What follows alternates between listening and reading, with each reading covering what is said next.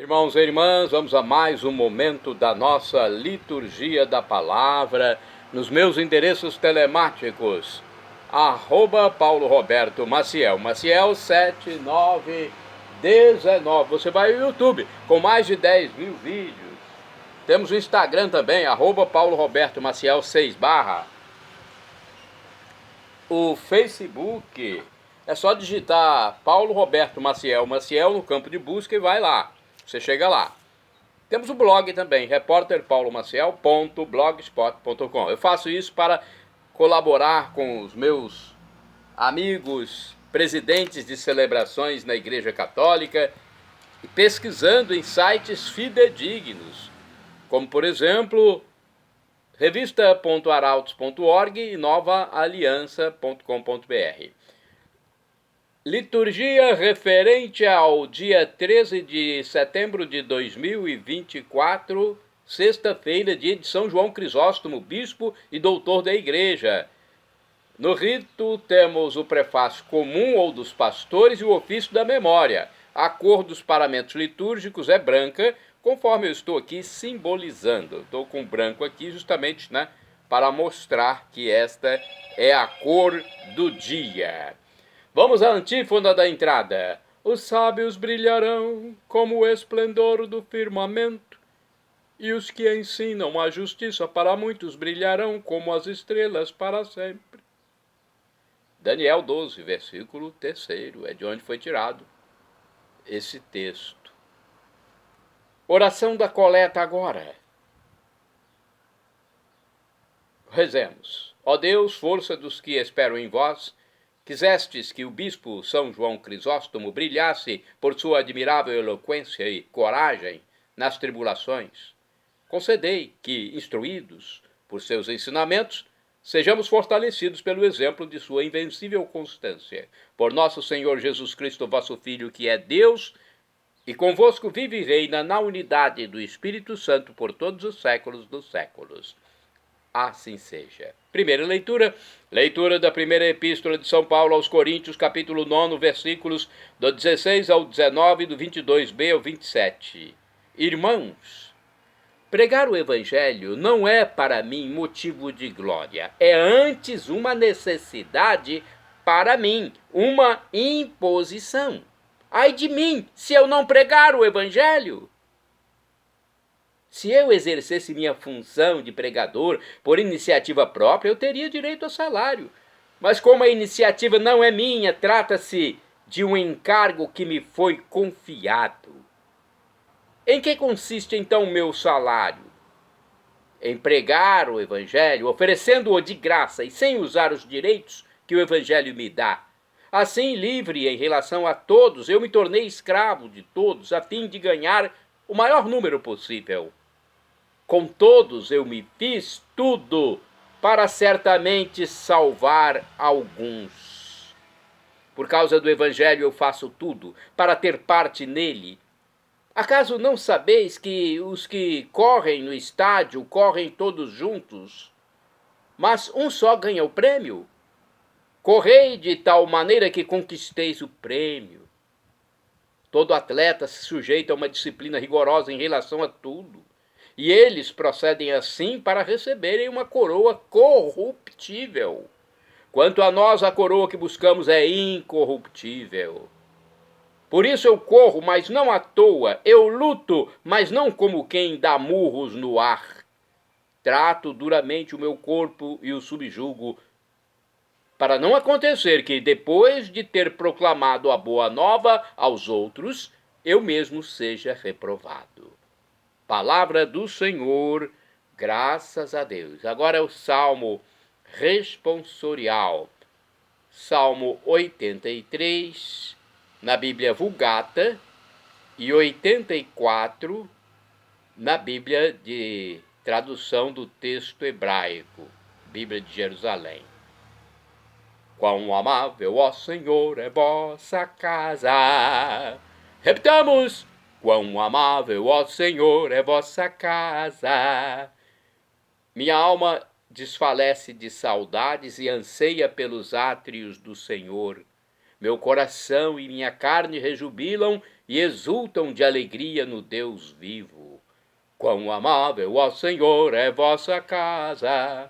Mesmo o pardal encontra abrigo em vossa casa, e a andorinha ali prepara o seu ninho para nele seus filhotes colocar. Vossos altares, ó Senhor Deus do universo, vossos altares, ó meu Rei e meu Senhor. Quão amável, ó Senhor, é vossa casa! Felizes os que habitam vossa casa, para sempre haverão de vos louvar. Felizes os que em vós têm sua força e se decidem a partir quais peregrinos. Quão amável, ó Senhor, é vossa casa!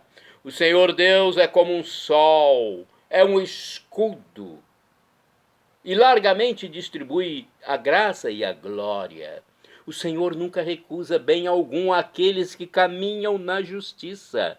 Quão amável, ó Senhor, é vossa casa! Repitamos! Quão amável, ó Senhor, é vossa casa!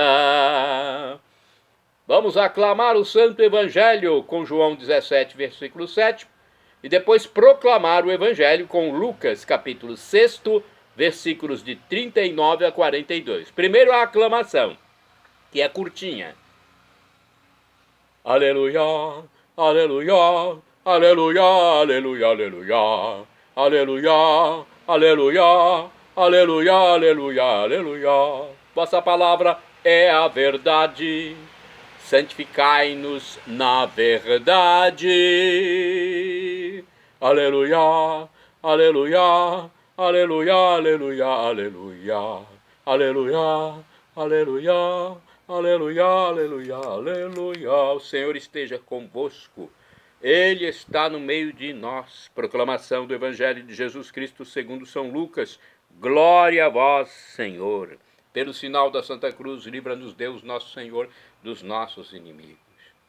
Naquele tempo, Jesus contou uma parábola aos discípulos.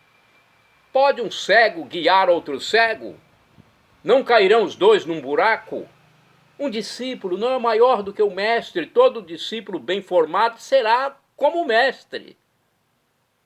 Por que vês tu o cisco no olho do teu irmão e não percebes a trave que há no teu próprio olho? Como podes dizer a teu irmão: irmão, deixa-me tirar o cisco do teu olho, quando tu não vês a trave no teu próprio olho? Hipócrita! Tira primeiro a trave do teu olho, e então enxergarás direito para tirar o cisco do olho do teu irmão. Palavra da salvação, glória a vós, Senhor. Pelo sinal da Santa Cruz, livra-nos Deus nosso Senhor dos nossos inimigos. Estamos sempre protegidos por Deus. Vamos à reflexão, primeira reflexão do livro Deus Conosco. O provérbio usado por Jesus pode ter mais de um sentido. Vamos escolher um. Diante dos atos e das palavras de nosso irmão, não nos podemos deixar guiar por preconceitos, pois eles nos cegam, nem pela antipatia que falseia nosso julgamento. Temos que ser objetivos e imparciais. E mais, devemos saber o que é certo ou errado, mas nem por isso podemos julgar a intenção do nosso irmão. É fácil incriminar, ou melhor, é fácil discriminar, ou conceder, ou condenar, colocar objeção. Difícil é amar, perdoar. Porém, aí temos vida autêntica, amando e perdoando. Gente, Jesus nos ensina um amor incondicional ao próximo, mesmo aos que nos odeiam, amaldiçoam. Né? Quem não coloca o ensinamento de Cristo e seu amor em primeiro lugar, não vê a luz e é o cego de quem nos fala Jesus. O amor de Deus deve estar sempre em primeiro lugar. A misericórdia é indispensável em nossa vida. Podemos fazer muitas coisas boas e úteis, mas a bondade, o amor e a misericórdia devem estar em primeiro lugar em nossa vida. Como vivemos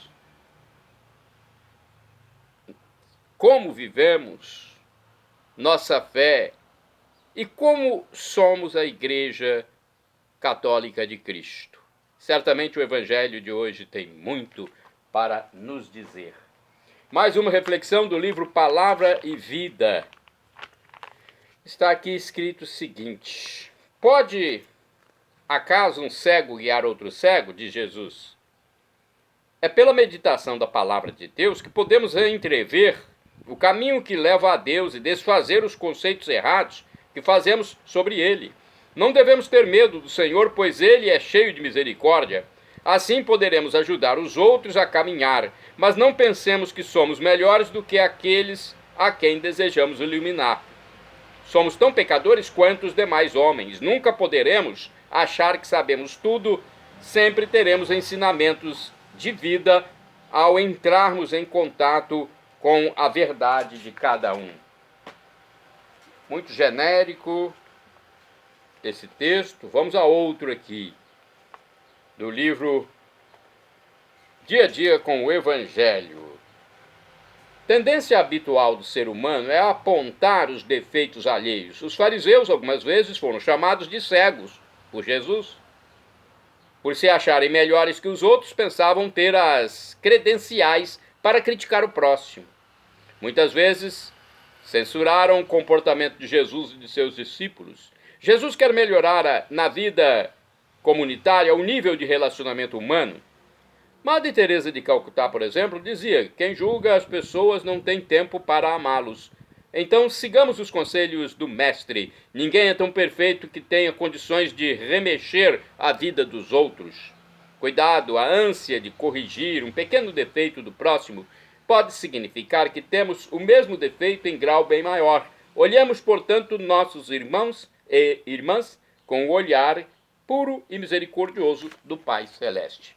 Agora, uma reflexão que às vezes eu encontro bem mais aprofundada e própria para a maioria dos fiéis católicos, que é a de Antônio Carlos Santini, liderança da Comunidade Católica Nova Aliança. O título é Então Enxergarás Direito, baseado em Lucas capítulo 6, versículos de 39 a 42. É a liturgia comentada de Santini. É bem verdade, diz ele, a nossa inclinação a apontar os erros dos outros. Certamente, ao realçar os pecados de nossos irmãos, lançamos uma cortina de fumaça sobre os nossos próprios pecados. É como se os erros de terceiros viessem a nos consolar de nossas próprias falhas. Eu sou, mas quem não é? Não é assim que muitos pensam? Até nossos filhos, quando são repreendidos pelo comportamento impróprio, atitudes grosseiras, palavrões, roupas ousadas, pequenas trapaças, mentiras defensivas, colar nas provas. Esses nossos filhos tentam defender-se prontamente com o mesmo velho argumento. Todo mundo faz. Curiosamente, nós estamos sempre dispostos a estender um dedo acusador contra os dirigentes corruptos e deputados que legislam em causa própria e roubam o fruto de nossos impostos. Se, no entanto, examinarmos nossa vida pessoal, veremos que também estamos sempre dispostos a levar pequenas vantagens. Coisas banais como furar a fila, regatear nas compras, gastar fosfatos para reduzir nossos impostos e, não podia faltar, valer-nos de um caixa 2. Fedro, um antigo fabulista latino, comentava que quando entramos neste mundo, Júpiter, o deus supremo do panteão greco-romano, pendura em nós 2 mochilas. Em nossas costas, uma grande mochila com nossos vícios pessoais, em nosso peito, outra mochila bem menor com nossas virtudes. Daí nossa costumeira facilidade em perceber e acusar os pecados alheios, fazendo vista grossa para os nossos. No Evangelho de hoje, Jesus vem contrastar o pequeno, o cisco, e o grande, a trave de madeira. Apesar da enorme trave que cobre os nossos olhos, insistimos em denunciar o minúsculo cisco que atrapalha a visão do próximo. A sugestão do mestre é que nos iniciemos num processo de conversão, fazendo penitência por nossas traves, purificando o nosso olhar.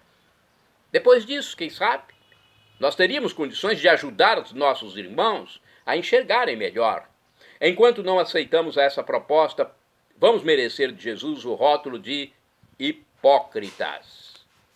Aqueles tipos que usam máscaras, como os atores do teatro grego, simulando por fora sentimentos que de fato não existem em nosso íntimo. Como diriam nossos sábios avós, por fora bela viola, por dentro pão bolorento. Que pena, a caridade não combina com críticas e acusações. Orai sem cessar, irmãos e irmãs. Diante de ti, Senhor, põe nossas culpas e nossos pecados ocultos à luz do teu rosto. Salmo 90, versículo 8.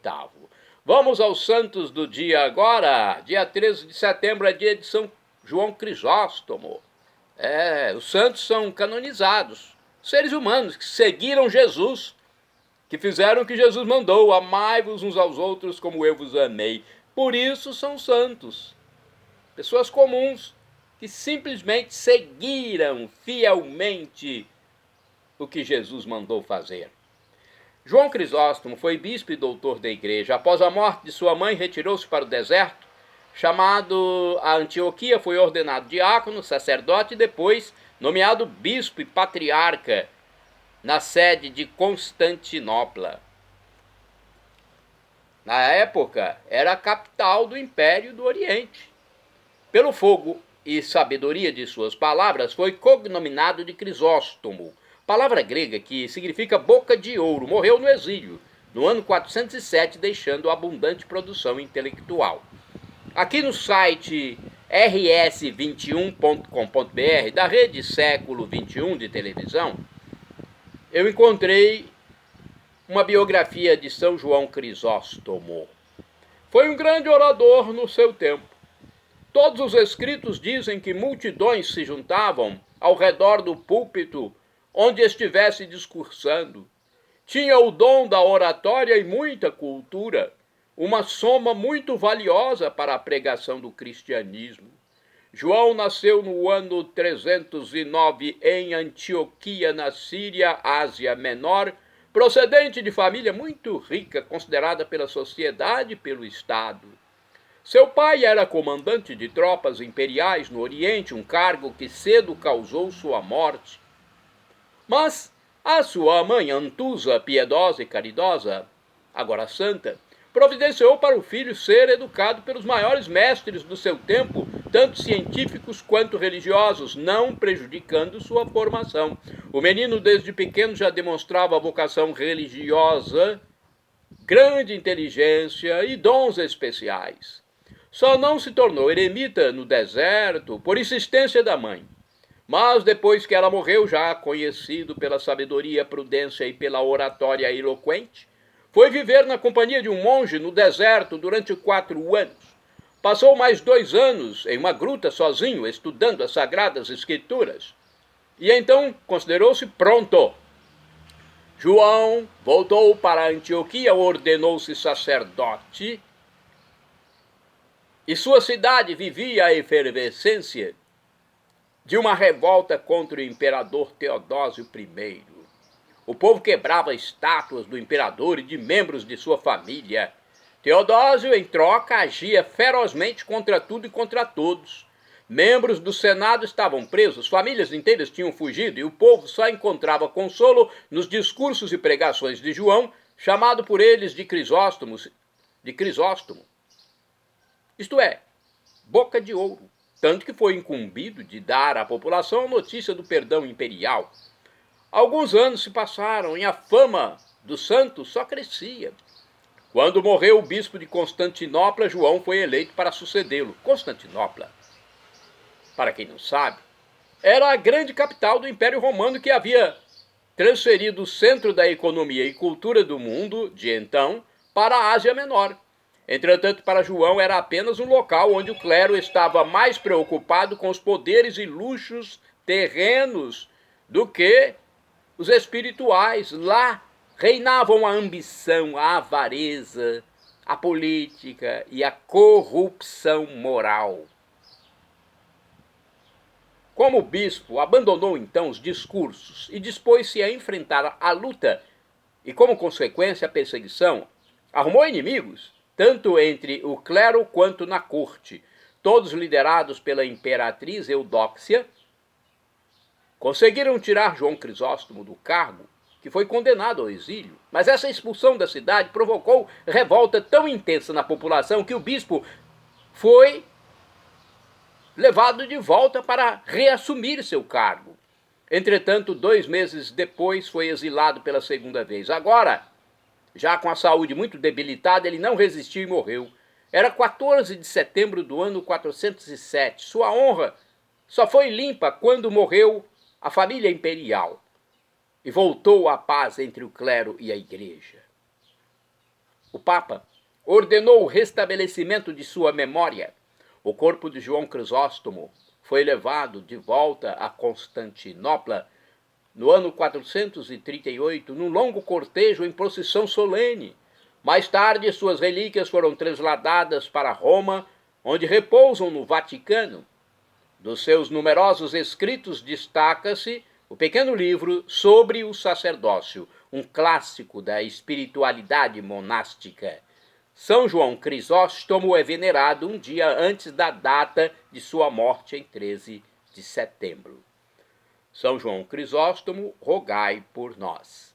Santo do dia 13 de setembro, São Marcelino, mártir, faleceu no ano 413.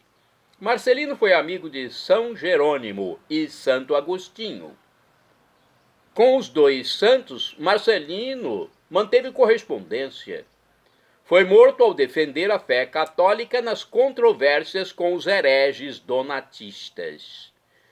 Santo do dia 13 de setembro, São Maurílio, bispo, faleceu em 453. Nascido em Milão, foi discípulo de São Martinho de Tours, por quem foi ordenado presbítero, ou seja, padre, sacerdote. Eleito bispo de Angers, na França, erradicou as superstições pagãs dos povos rurais.